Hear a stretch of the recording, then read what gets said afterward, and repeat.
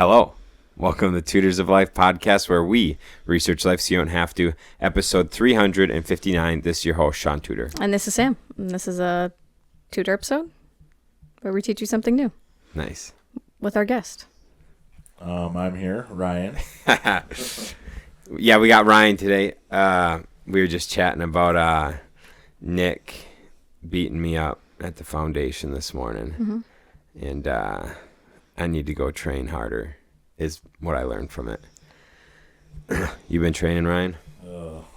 I've been to the gym about 2 to 3 times this week, and I've hunted like 4 or 5 times every week. So, no, not really. Your microphone's backwards. Oh, how is a microphone backwards? There you go. There you go. Okay. What about you, Sam? I train about 2 to 3 times a week for 30 minutes. And it's a lot of stretching. Have you progressively went down since the beginning of pregnancy? Or are you like the same? Yeah, well, first trimester really hit me hard because I was puking all the time. So I barely worked out for you like dropped a month. off hard. You went from like 5 days a week for like 45 to an hour. Yeah. To like nothing. It was like nothing for a month. And then it's been pretty consistent of 2 to 3 times a week. But yeah, that first trimester threw you off big time. Oh God, yeah, it was horrendous. I'm trying to think Eva what she did, but I remember her like barbell squatting at some point, like 7 months pregnant. I'm like, what are you doing? I remember. Yeah. Yeah, I think I switched to goblet squats about a month and a half ago instead of barbell squatting. Mm-hmm. But I just watched Meg Squats, just had her second kid, and she just did a video that was like, let's see how much I can squat at 9 months pregnant. She did like 280 pounds. Yeah, dude. Well, if you watch like some of those CrossFit gals days before popping and they're like doing clean and jerks and stuff, I'm like, bro, what is going on? Well, and Meg even said like with her second kid, she just like didn't even, besides the first trimester, because she also had really bad morning sickness, she like didn't tone anything down. She was just like, nope, here we are. I'm just gonna keep working out. Do you feel like you can like still like flex like your core like normal, or is that like the part that you can't? You know, like when you like, you know, you clench on here when you squat. I would think that would be the hardest part, like your your back, like. The thing that I have issues with is I can't go down all the way because my belly hits my legs. Dude, welcome to Ryan and Mai's world fucking 7 years ago, dude. That could be a positive, though. You could use that pressure, you know, that your belly's giving you to shoot back up. Yeah, dude. Maybe. I mean, fat guys can squat. Maybe. I legitimately, so when I got big, like 245, I moved my squat stance out because with the belt on in my belly, I couldn't do like close stance squat anymore because it would pinch and I would I couldn't like get depth, so I had to widen my legs.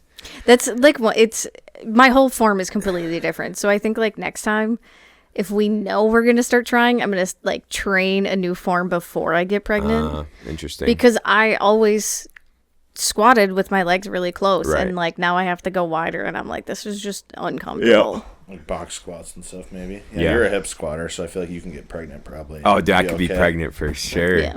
For sure. Box squats definitely saved me in the second trimester. I loved those. Yeah, I was I did some box squatting when Sam was in second trimester, and that shit turned me on. Because it's all hips, dude. I forgot, like, I find it like so much easier because you just load up your hips, touch the box, and bam. Yeah, the only the thing I was like telling Shaun, and he's like, well, if you trained more, you would probably get used to it.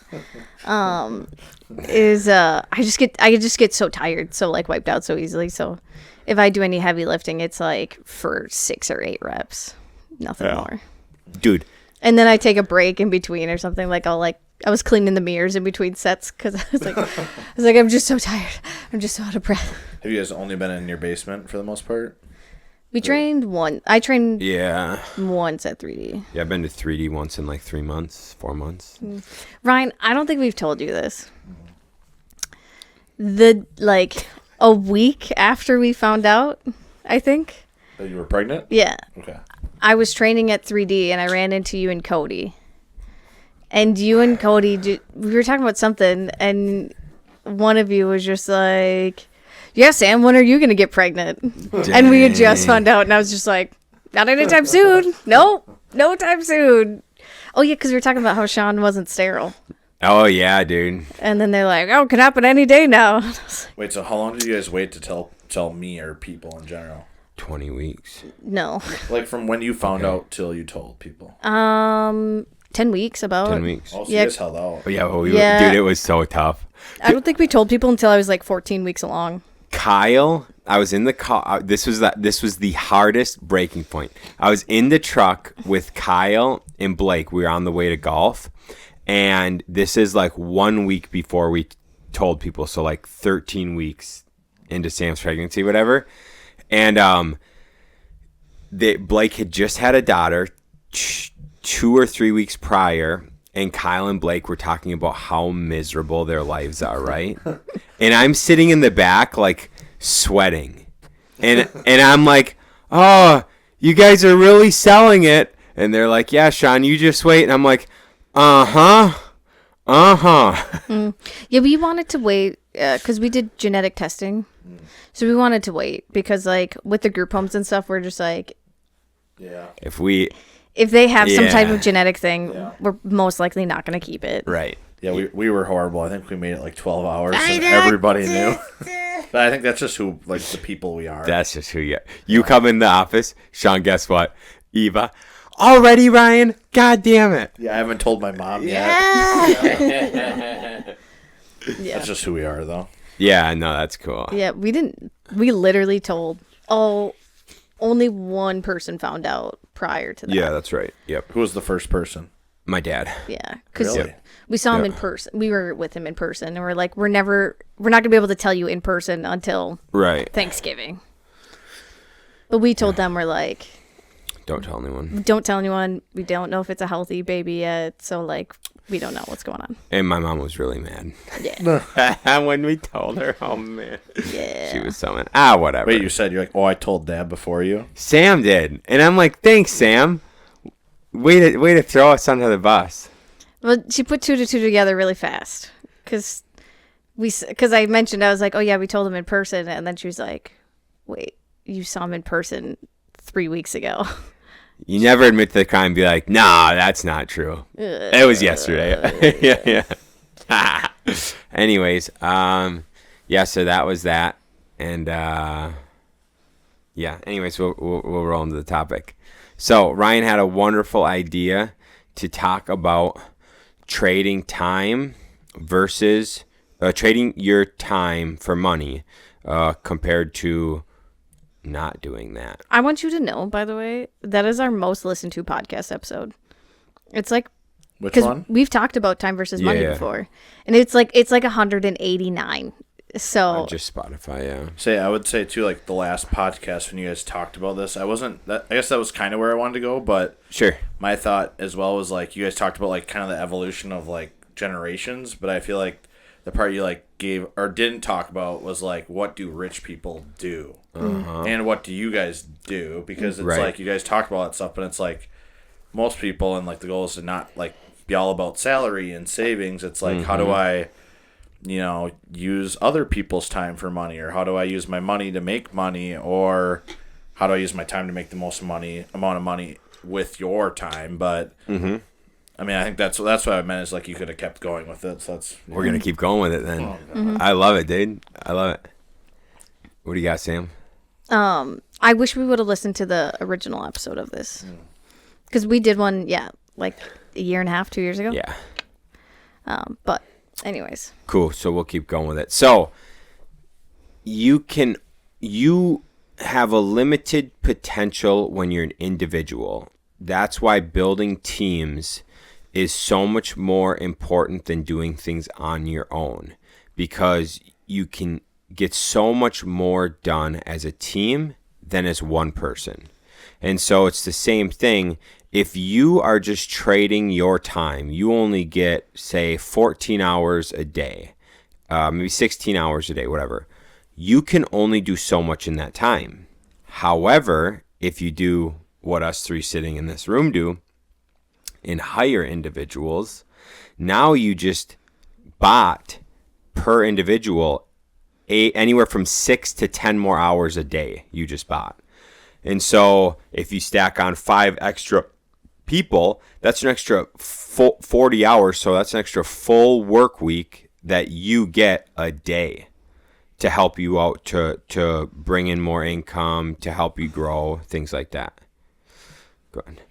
I was going to say, I feel like, too, you could almost, like, making more money with your time, like, being a higher salaried employee sometimes, to me, would almost be, like, more difficult than, like, having a mediocre small business. Like, if you think about it, like, you know, like, the people you know that make $250,000 a year at a job, like, how much effort did they have to put into, like, being that, as well as how smart do they need to be? Or how hard would it be to open up a 2 to 3 employee business and make the similar amount of money? And as long as, like, you can still provide, like, and make more that way, I think it's easier. Now, I think the next step is where we all get tripped up, is, like, that next level. But, like, I feel like, I don't know, like that salary idea of just keep climbing the ladder at a job, like, that's, like, extremely difficult, in my opinion, to be, like, the top dog at a big company and make $250. Like, that's, you got to be a genius and a leader, like a really good leader. And the amount of those jobs that are open are so low. Like, you know, if you look at, like, the only people making over $250, say at, like, a bank here in town, is the branch manager. Maybe making that. Yeah. So I mean, like, that's it. So you've got one of those positions, and then, you know, otherwise you've got, like, otherwise you got to be in some sort of, like, sales, and higher up in sales. So, like, there's so few positions that you're fighting against other very experienced, high qualified people to get that job, where, dude, honestly, any Joe Blow who can manage a few people and has a small business can make $250 a year. And you don't have to be that smart. We've proven it. Like, dude, I mean, I think you still have to have, like, obviously certain qualities to do it. I think you guys really kind of talk about the honesty of not everyone should be a business owner, but, like, I mean, if you want to go to that next stage, I would say thinking that way versus climbing the corporate ladder, like, because those people that are making $250K could start a small business. Like, if you're that smart and you can do that, unless you just found that perfect job, like, I think most of those people could probably kill it. I'm sure most of those people that make that amount of money, though, know what, like, risks there are. So that's probably why they don't, because they're just like, I don't have to have the insurances. I don't have to worry about unemployment. I don't have to do, like, worry about any of this. That is so true. And, like, we know people like that who are like, oh, we know how to do the business that you guys have. We have zero interest in doing it because we know the stress that comes with it, even though I'd make 3 times more. I would say, though, I mean, like, being around a few people recently that work for us, like, I can think of my sister's boyfriend, Austin, right now. Yeah. And, like, probably one of the best employees I've met, like, extremely intelligent, but, like, his risk tolerance is, like, so low. And I think, like, us three take it for granted how low risk tolerance is. Like, like, it's so low. Like, most people, like, think and overthink everything. Like, I don't know. It's crazy to me how. I mean, I know I'm crazy, and you guys are pretty crazy too. But, like, I think they, like, overthink it. Like, I don't know, but I definitely think people are overthinking it. It just blows my mind, dude, that people will. I think that like those type of people, they're more. So they're less maybe like proactive, and they're more reactive, and they're less like they just see the bad things. They don't see the good. Where, like, we tend to see the positives, and we're like, oh, well, if we do this, this is the positive. This makes sense, so we go for it. Only, like, kind of a little looking at the downside, but more focusing on the upside. Where I think so many of those people, they just stare at the downside. They can't focus on the upside because they're so afraid of that downside. Yeah. I think, we crossed a threshold, too, at one point. Because definitely like early on in stable living, you guys didn't have anything, so you were just like, we'll just take all the risks. Like, who cares? What are we gonna lose? We were making less than $15,000 a year in the National Guard and working at Menards, so like it didn't matter what happened. Yeah, like so like you went from that to like, okay, like the business is actually making money, but we still need to be smart. So like you guys kind of slowed down on your risk taking. I'd say like from year like 2 to 4, 2 to 5 maybe, until you got like a good buffer and like the business was actually making money, and then you're like, we can take risks again. Now we're like making money. Now this is good. We can go again. I mean, I would say we're even still more risk averse than we were then, especially like client types. Like I remember back then we were just stupid, but now like we're definitely a lot more calculated-ish. I mean, we're still risk takers, but I don't know. I can't believe how many people like don't take a jump, because you see a lot of business owners that struggle, and it's like those people that shouldn't take the risk. Yeah. And then a lot of people that are like those high corporate world people, like those are the people that probably should, and they don't. Right. But, I mean, we talked about it. Like, there's probably no way you guys could have opened Stable Living now. Like, you have 2 kids, you have one on the way. Like, do you really think you would want to take the risk to lose everything you have? Yeah, it depends what we were doing. Yeah. If you were still, I guess, only working at Menards, maybe. Then. Yeah, it really but I mean, think of the difference, right? So we were making like $15,000 a year, and we started that and we made $5,000 a year. So like it wasn't a big difference, right?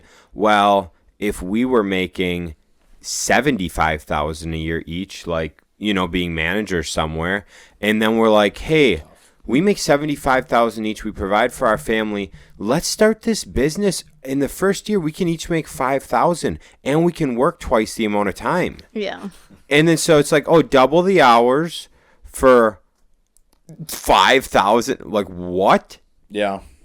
Man, I do think if I was going to redo it all over, like, I probably wouldn't go that route. I would pick a different industry, and I think 100%. Like a lot of people, when you jump industries, like just watching Brandon or even you guys in construction, I know there's a lot of like tools and stuff that you guys had to buy probably, but like I think if I was going to start all over, I'd pick a business that the numbers were large enough faster. Maybe the scale side was a little bit smaller. I think like Stable had the long-term scalability. Yep.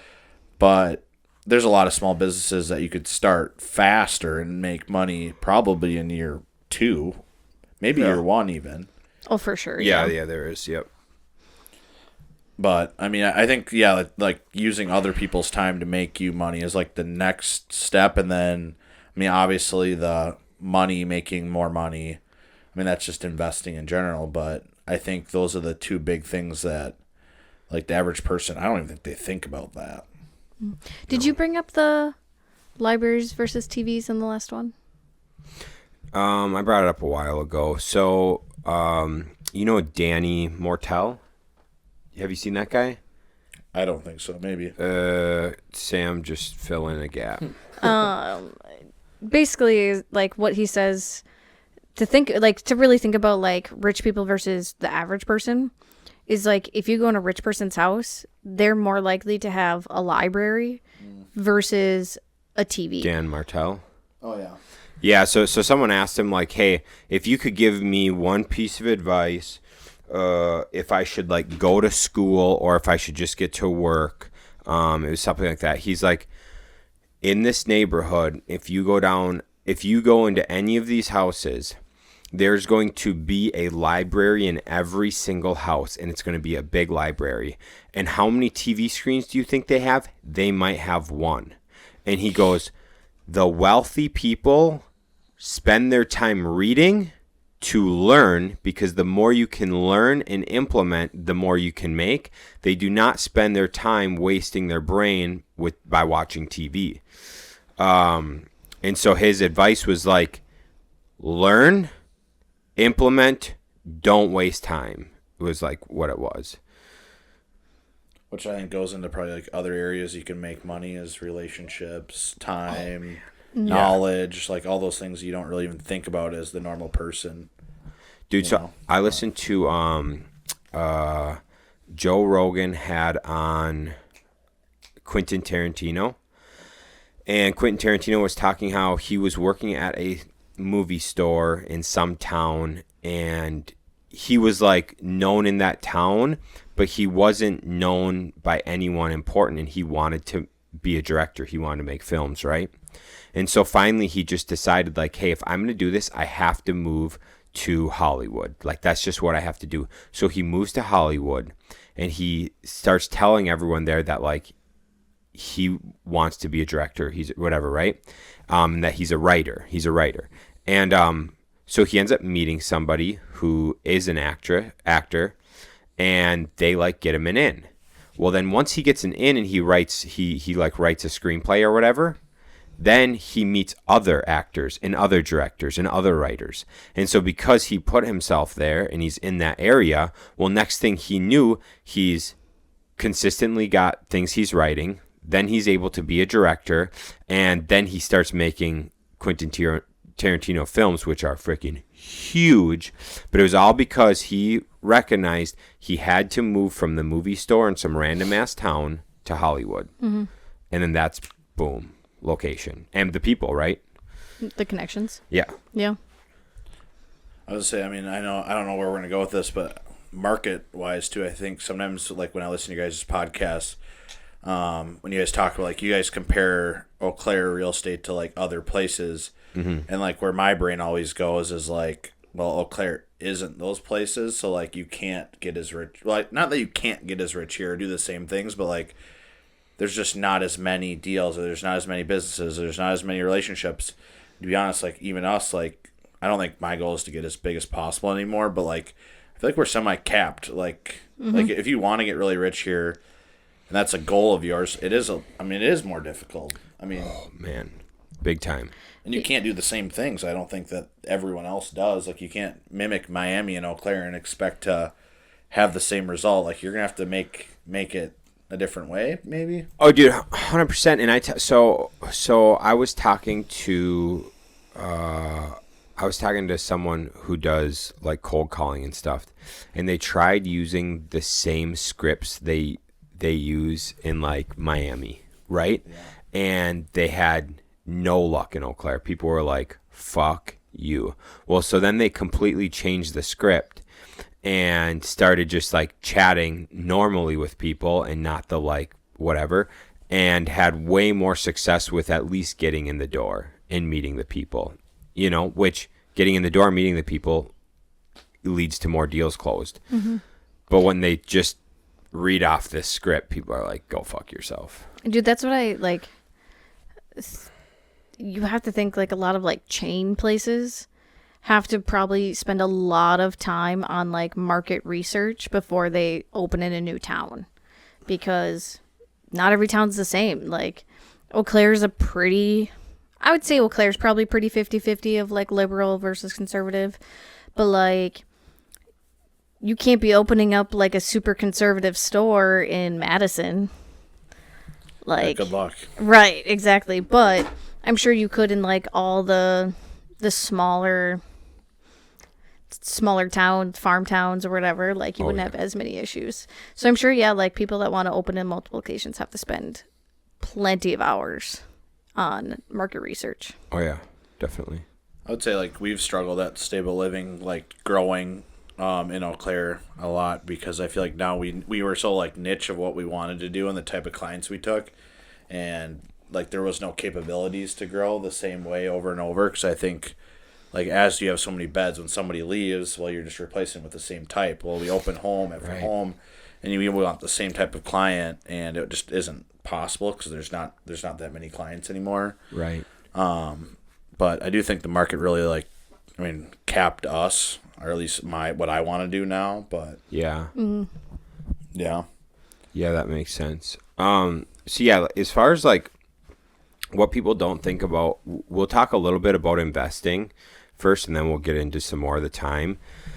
So like people think that the way to retire, because they were taught this, is you need a 401k or you need an IRA.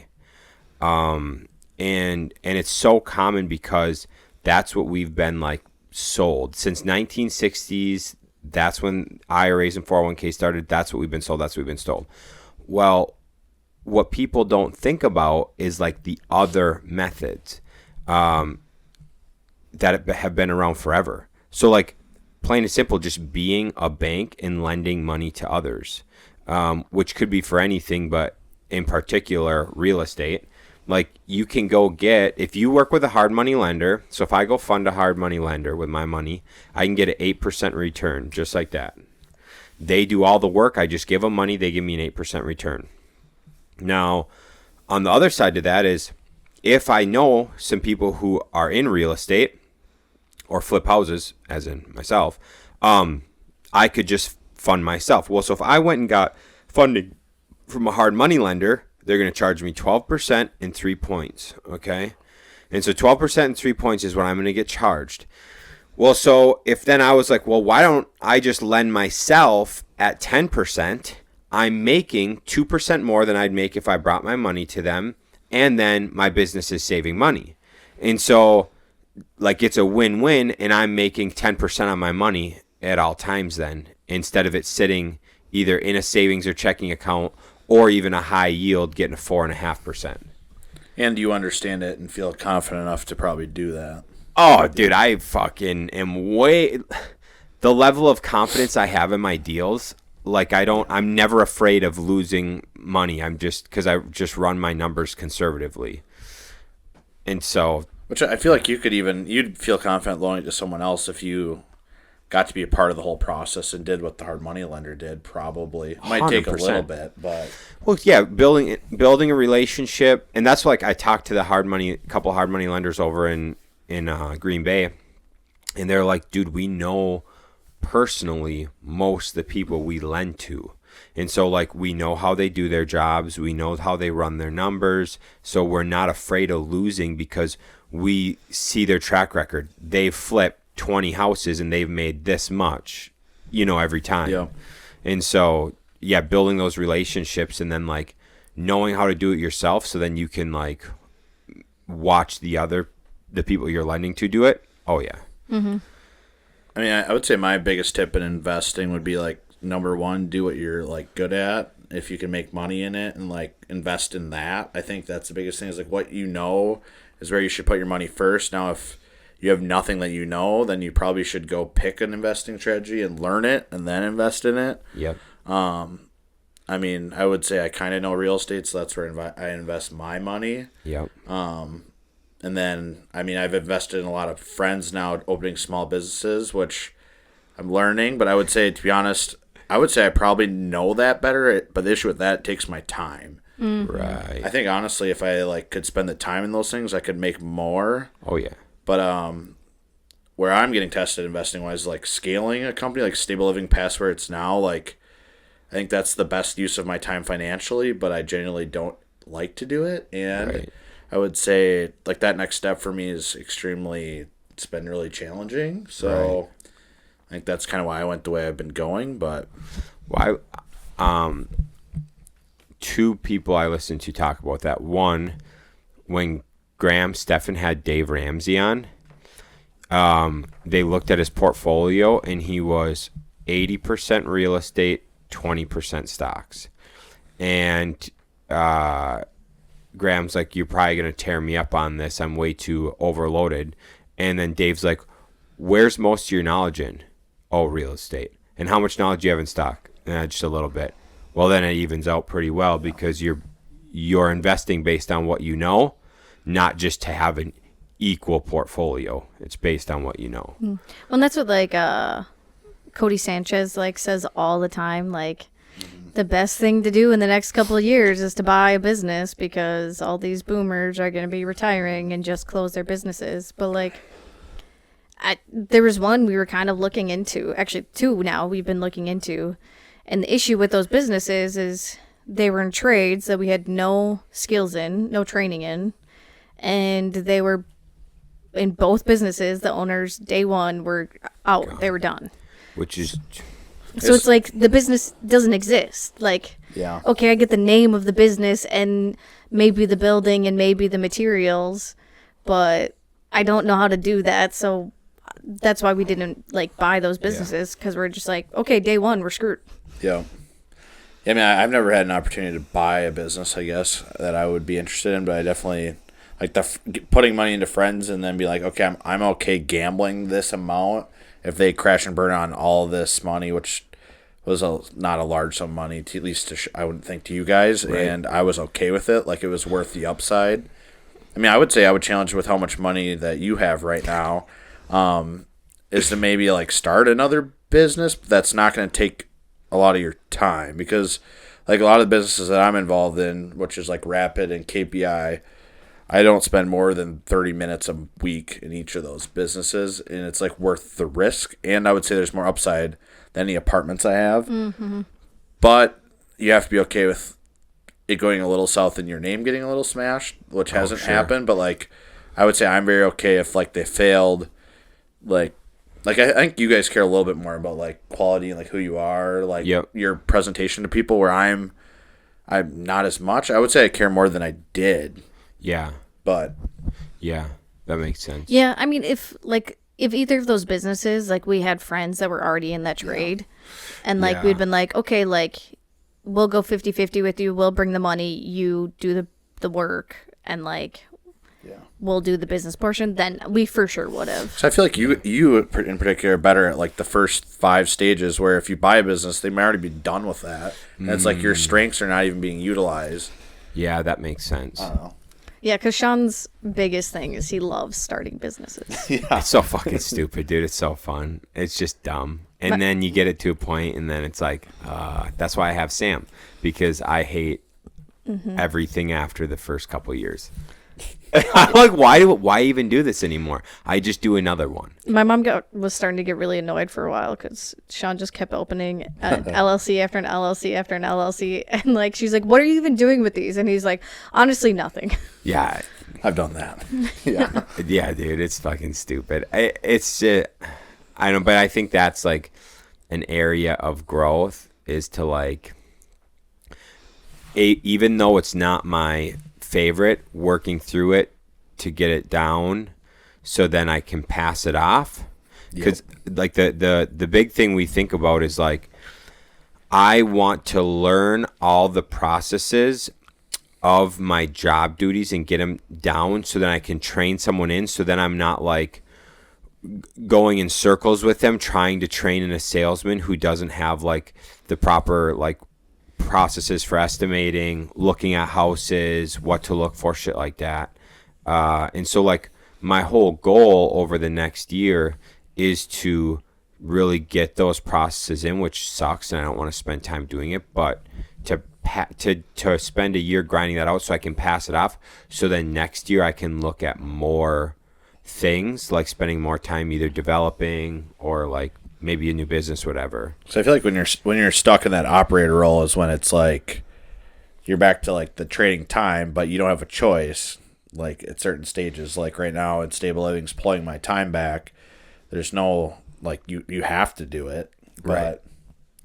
I would say like from Brandon's perspective, he just actually said this to me. He's like, dude, you know, you got into this business, you spend no time in it and all these things, and I'm just like, in my brain I'm going like, well, he probably is regretting his decision to allow me in it. But then he's just like, I asked him about it once, and he literally said, he's like, you know, there's days that I think that, but he's like, can you imagine, like, if I walked out of my job and I didn't have anyone, and you've walked me through every single thing that's went wrong, and, like, you know, there's a lot of times where I've been super stressed, and you've helped me through it, and, like, I mean, there's some system stuff where I'm like, dude, just do this. Like, all this quoting now is going to a VA. Yeah. And I'm like, you just need to spend every morning with that VA, because, to be honest, why are you doing it anymore? Yep. And there's a lot of things like that. I wouldn't say my value, in my opinion, my value is not there, but, like, to him, he's like, dude, like, you made this so easy. Yeah. Like, so I think, you know, having an operator that maybe owns a smaller percentage or something, and then opening that business, like, that'd be the way to have a few, I would think, but. Yeah. But that's what, like, we discussed literally on the car ride back from Appleton this weekend. Because Shaun was just, I don't even remember what we were pondering about something about getting the business like in a better position or whatever. And I was just like, honestly, like, because we just, do so well thinking together because we just bounce ideas off of each other, and then like Shaun will come up with the ideas, and then I can start visioning like how we can implement it, what like systems we need to do it and all these things. And I was like, we just need to honestly spend like a couple hours a day just like pounding out some of our like, or even a couple hours a week would do. Yeah. Just to get some of those like hiccups that we have right now smoothed out, to make things more efficient, because it seems like when we do stuff together, it's just a powerhouse compared to when we try and do it separate. Yeah. I was gonna say, I almost feel like too, like when you have someone that you have to train, like let's say you hired your salesman in 6 months, and you're like, hey, I have to do this now. Like, I have to create these systems because the person's here. Yeah. Like, Cody's up in Superior and really been, in my opinion, struggling. And I almost told him, I was like, dude, you almost just need to hire the manager so this gets fast tracked. And he's like, well, what about the money? And I'm like, well, if you had that person that has to replace you and you're paying for them, you're gonna get those systems and processes down fast now, because otherwise we fail. Right. That's true. That's if people work good under pressure, which I typically do. Yeah, I typically do. So, yeah.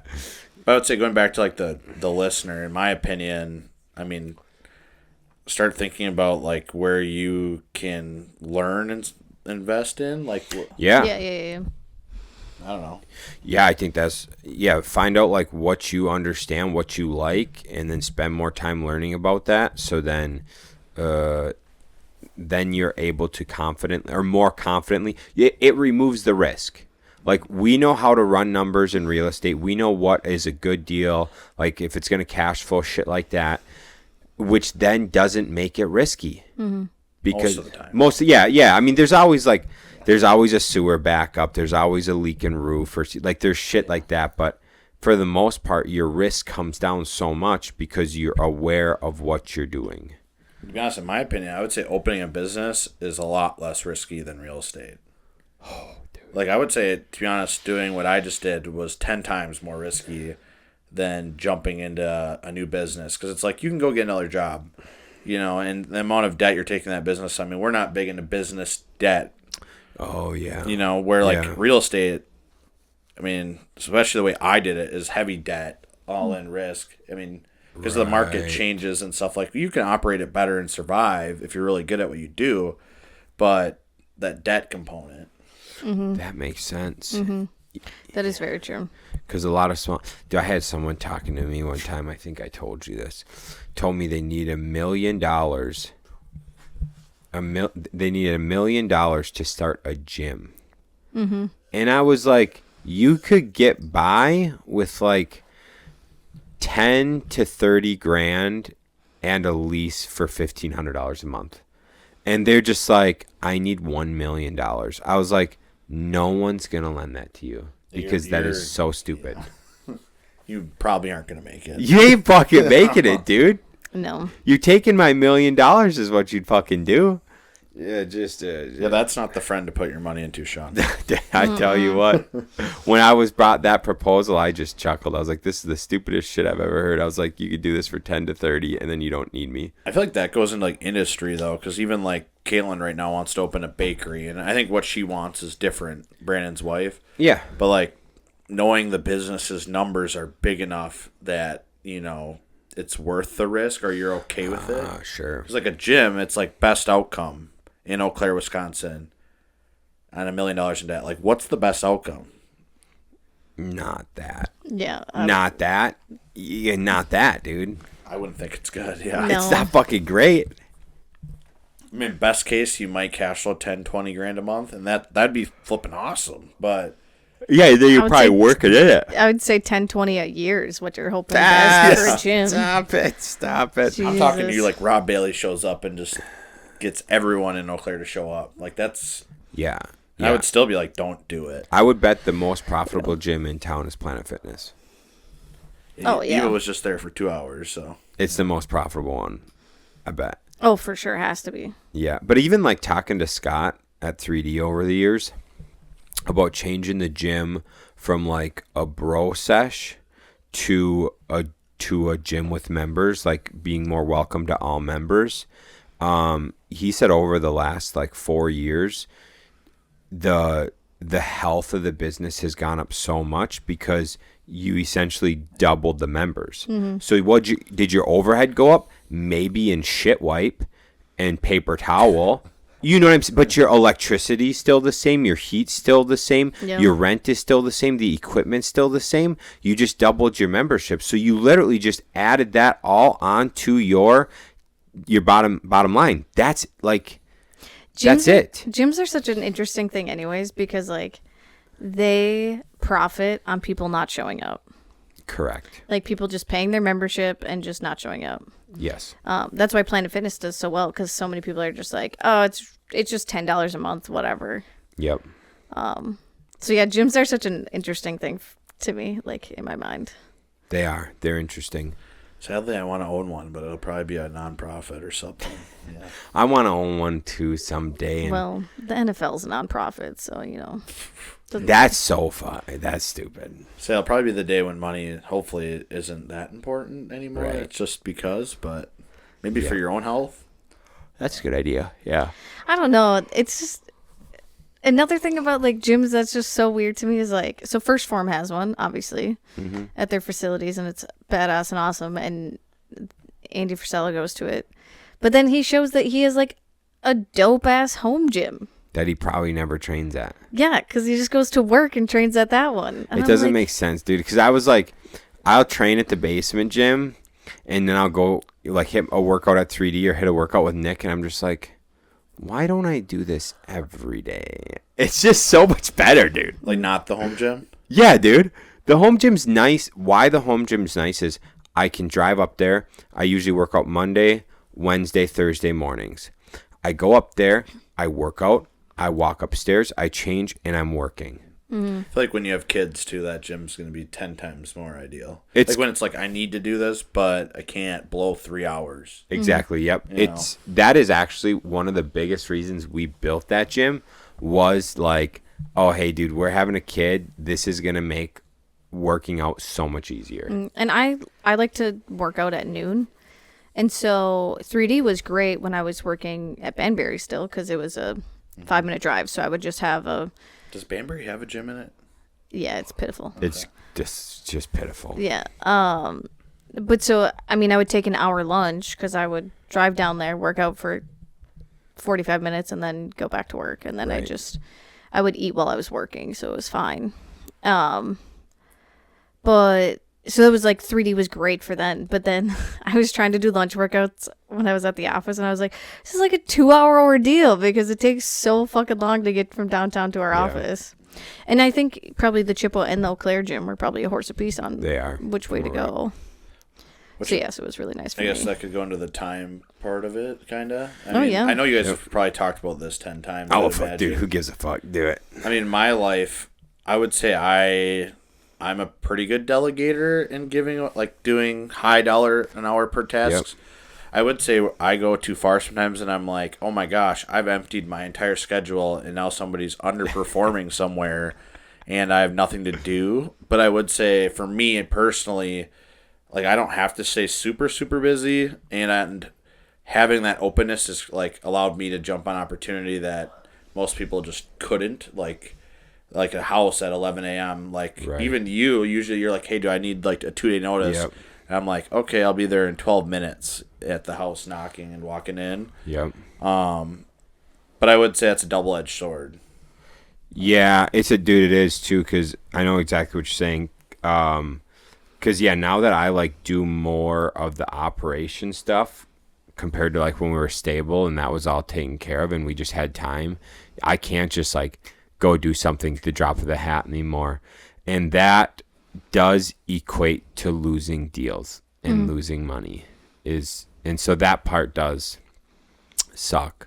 I do like being a little busy though. But I would say I'm busier than I was. Well, I don't know. Yeah.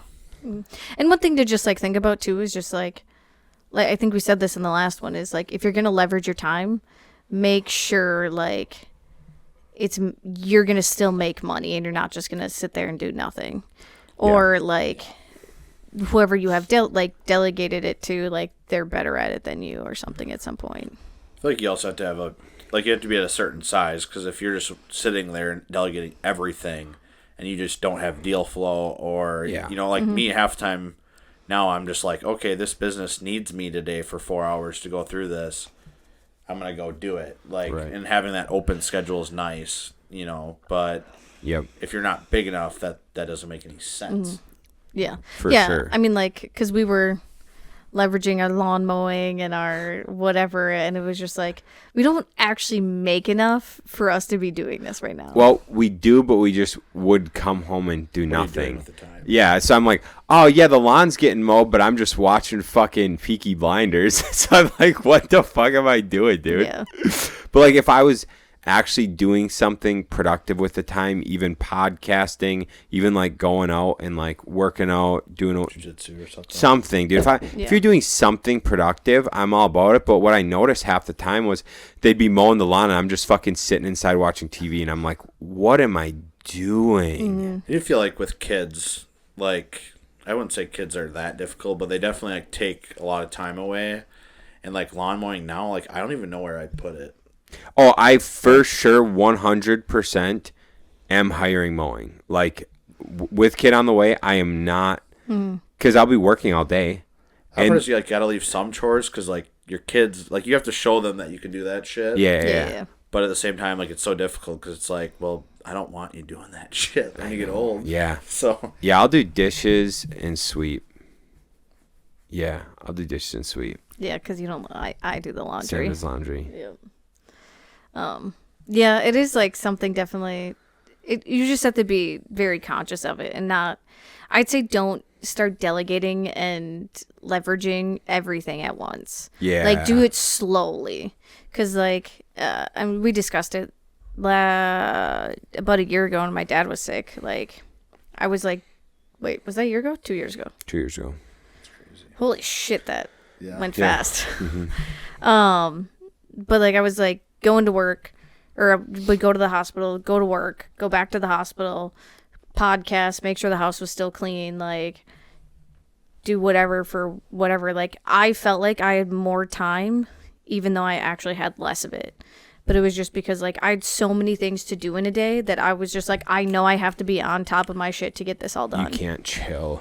Mm-hmm. So that's like the nice thing about being like super busy, and then you can like slowly like take things away, so then you can replace them with like more value items. I would say that's the nice, like, the positive of having business partners still is like, even back when me and you were a partner, it's like, okay, we have to get to this showing for this house today, or this meeting with somebody, and we just made somebody was there because we were confident in each other. Like, we both could do that job. Yeah, yep. Where I'm not saying your other partners now aren't, but like, you probably have a specialized skill. Like, you guys are very more specialized from what I see from the outside perspective, where like me and you, like, we were confident that like we could just go, or like me and Brandon, I feel that way, and like real estate, like specifically. Mm-hmm. But like, even me and Cody now in stable, it's like he can do anything I can do. Right. And we might have things we're better at than each other, but you guys are very like niched, and like, I don't know if like you could go do Kyle's job anymore. Maybe. He's just gotten so much better. Like, the crazy thing is, versa, yeah. I taught Kyle originally. Like, I was showing Kyle some of this stuff. Now, after him doing it for 3 years, the fucking like level he has passed me and the speed he can do things, because he does it every day. I'm just like, damn. And then like Mike comes in and doing the cubbies last week, and he's like, Shaun, I'm building this little knee wall because we can't get the nailer down there. And I'm like, fuck, dude. I was racking that shit around my brain for like 2 hours trying to think of how we'd make that work. And he walks in and goes, oh yeah, this is just what we do. I'm like, fuck, that is genius. Mm-hmm. Yeah. And then so like, those guys, I can't even like touch those guys anymore, because they're, I just can't. It's just, I feel like an idiot half the time. Like, damn. That was one thing, like when I was at Gold Star, that I made sure to do was like, I had like my specific managerial things that like everyone couldn't do, but I had a lot of them that I could delegate. So I did, just because then I was like, if I'm ever gone, they're going to be still good at it. And I just like, it was like some of the tasks, like I had been doing them for years already anyways, like as the supervisor before I became manager. So I was just like, I just trained them on those things and just had them do it the majority of the time. So then they were good and proficient at it. So when I was gone, like it was easy for them to just pick it up. See, like that's semi-scary for me because like I feel like I know what needs to be done now in stable living, but if you actually asked me to do it, I couldn't do it. Like I don't even, like even since you sold and taught us claims, there's only 1 or 2 people that know how. Now there's a how-to on how to do it. Yeah. But like I've never done it. Right. Even like being a caregiver, we switched to it's called ECP, which is all online. I don't have a login. I mean, yeah, like at some point, like a company. It's kind of scary. Yeah, it is. But you got to think at some point, like Andy Frisella doesn't know how to do every person's job in his business. Like you're gonna reach a point where, as like the owner or president or CEO, you're not gonna know how to do everything. Right. Yeah, that is. This is what I'll say, like to bring it real into like our real life. So if I go work construction, I can bill out at $85 an hour, right? Well, before I was doing a lot of like phone calls, I was doing a lot of receipt entering, I was doing like random below 85 an hour. Below 85. So I'm talking like $20 to $30 an hour tasks. So I was doing $20 to $30 an hour tasks for 30 hours a week, maybe 20 hours a week, whatever. And then I was like, well, if I get rid of that, then I can just make 85 an hour. Well, now, you know, we're at the point where I can go make a sale. And in that sale, I can give 3 guys work for 2 weeks for 3 guys making 85 an hour. And so what did I just make in that 5, 6, usually an estimate or something like that for a job that takes me, say, 8 hours between going meeting with them and filling out the estimate. So in 8 hours, I just made the company whatever the hell, 24 hours a day for 10 days at $85 per hour, right? And so then if I want to make that even more insane, then I can find a flip. Mm-hmm. And so like when you break it down like that and look at, okay, so I went from doing $20 to $30 an hour tasks to doing $85 an hour tasks to now doing like $600 an hour tasks. Yeah. And it's like but I would have never been able to start doing the 85 an hour for 30 hours a week had I not hired that first. And then I wouldn't have been able to go do the $500 an hour tasks without hiring out the $85 an hour job, right? Mm-hmm. And then, so that's just kind of like the trading the time for money. Which makes me think all we do is find work for other people to do. That's kind of what I do. That's all we do, dude. I mean, there's other aspects, obviously, but the hard part is it's like you can find all the work, but managing all of it afterwards is kind of difficult. Yeah, eventually then you have to hire a manager to manage all of the people that you hired. Yeah, I talked to some guys in that role, and I mean that's what you got with stable, and it's so true. You literally you start out at like that first 1-person show doing everything, and then you start hiring someone to take away the $20 an hour things. Then you start hiring someone to take away the $85 an hour things. Now you end up having to hire someone to take over the $500 an hour tasks, and it just keeps mm-hmm. And then you reach a point where now everything has to go up in price because there's that many more levels of people and overhead and stuff. Yeah, it was kind of interesting when I was at Whiskeria. One of the other hosts, Joe, was like asking me like, so like how much overhead like do you have to have for like this business, like construction or whatever, flipping? And I was like, well, we definitely did it ass backwards. Yeah, we were pretty dumb. Like, what do you mean? Because we got an office when we didn't really need an office, but I just wanted one and had the money, so I bought it anyways. Well, and it was such a good price too, and we needed. That's still an asset. It's an asset, dude. I was just like, worst case, I just rent this bitch out. That's why I bought it. I was like, I want my own fucking office. I'm sick of it. Yeah. So we did that, and then Brooke quit at Gold Star and was just like, hey, can I come on full time? So then. Yeah. So Brooke was working for me 10 hours a week. And it was like perfect. Like 10 hours a week was perfect.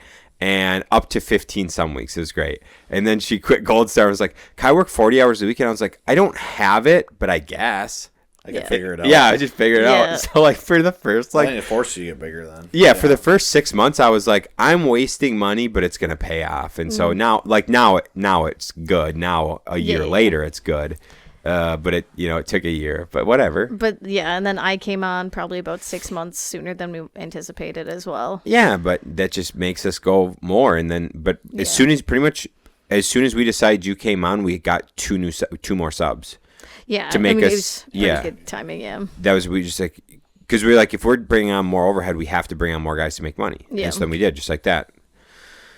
So yeah, I was like telling them, I was just like, yeah, I mean, these aren't things you need right away. Like in your first, I mean, this is our first official year. It's Tutor Transformations. Yeah. But I was like, these aren't things you need in your first like couple of years, but we did. But something like we learned, and Ryan, you'll be able to attest to this, is like now that we've made money and we grew one business, we automatically know what I just explained, the dollar per hour thing. So like, I'm not going to sit around and work for $20 an hour for very long. I'm like, that was like the first shit I was like, in the first year, I'm like, I need to get this off my plate fast.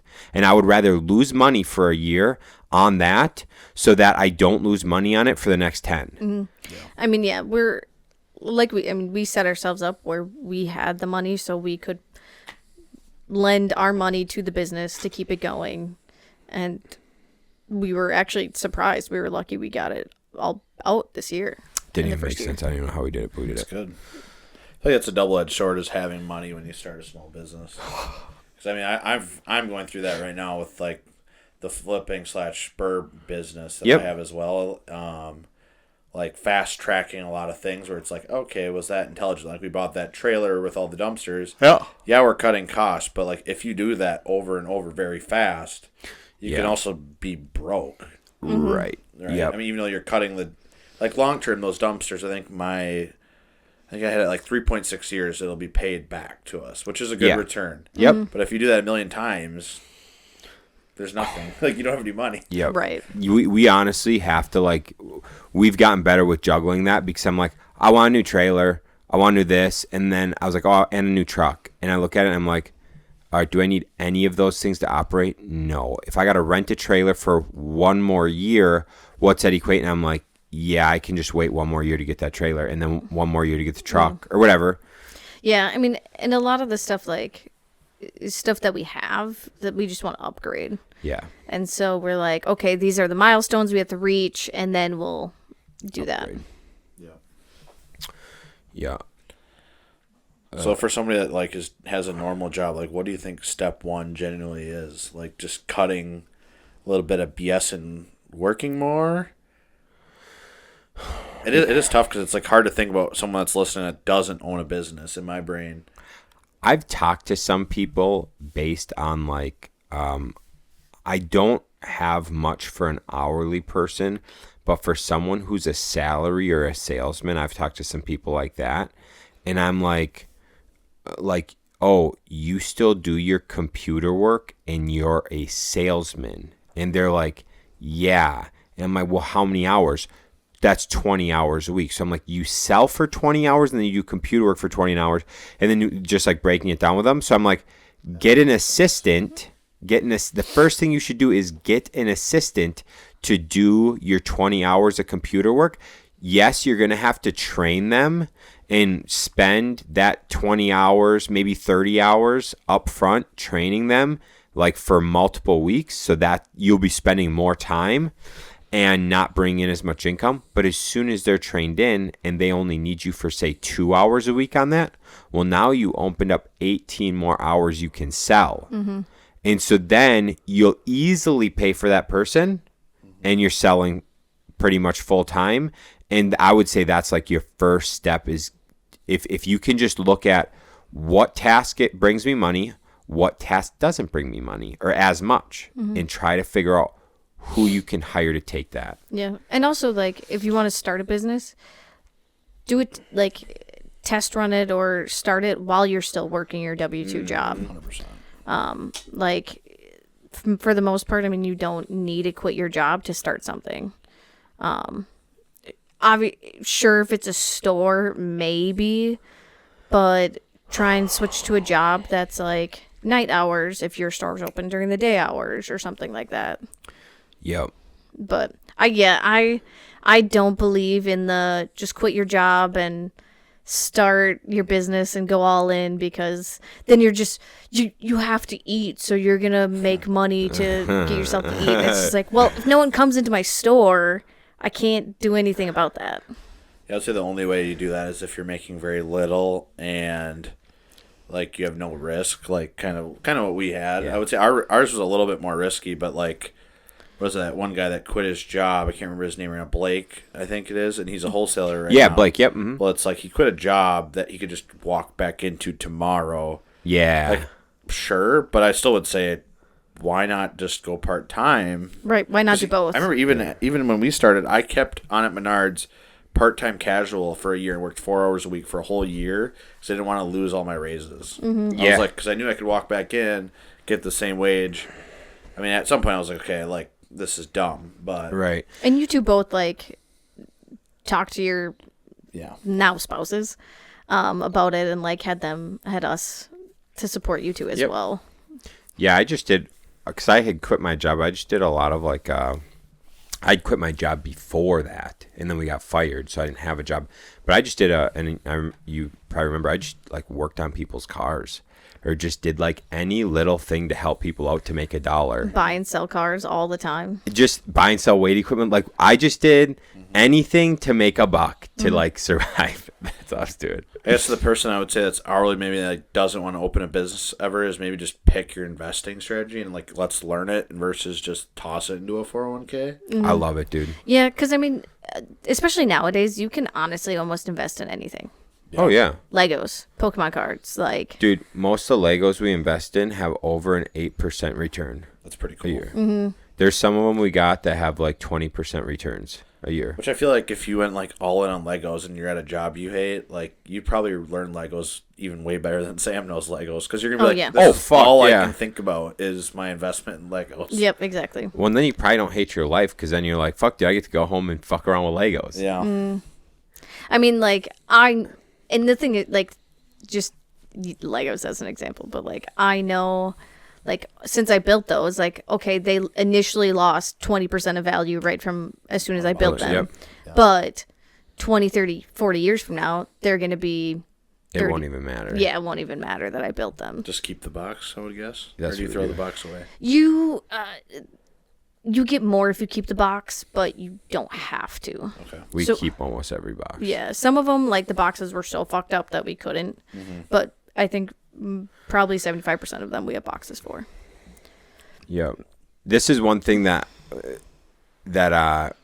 we talked on before. We're all talking to new investors. We asked the question, like, what would you do if you're a new investor? When we were in that panel with Austin. Mm-hmm.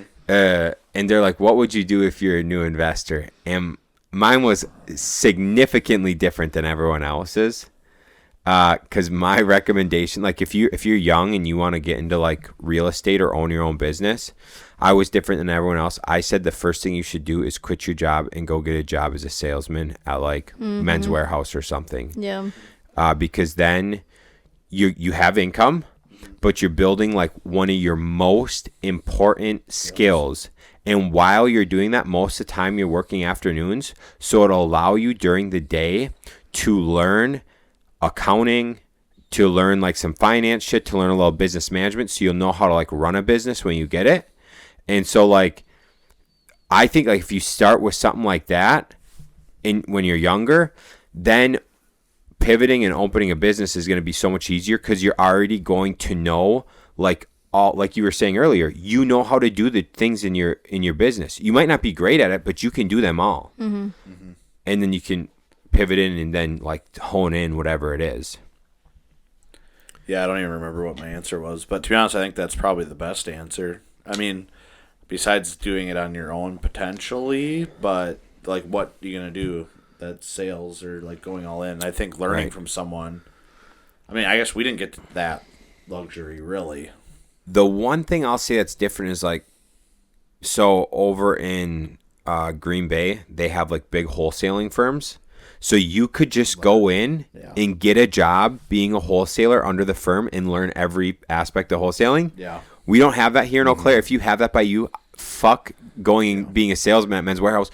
Go do that.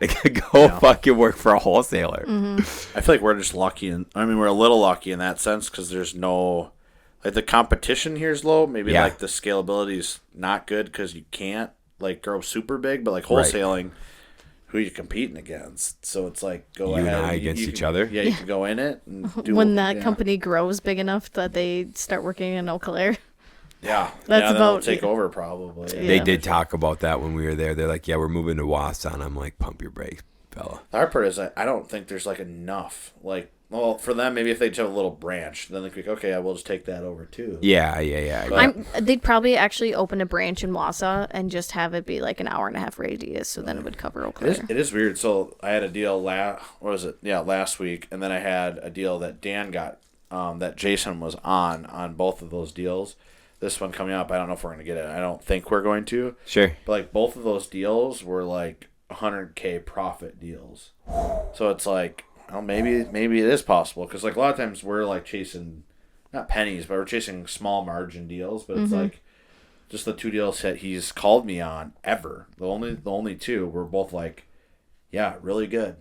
Yeah, look, we were talking to Misha. Over in Appleton. She's like, yeah, I'm doing a big syndication deal, but I just don't know why.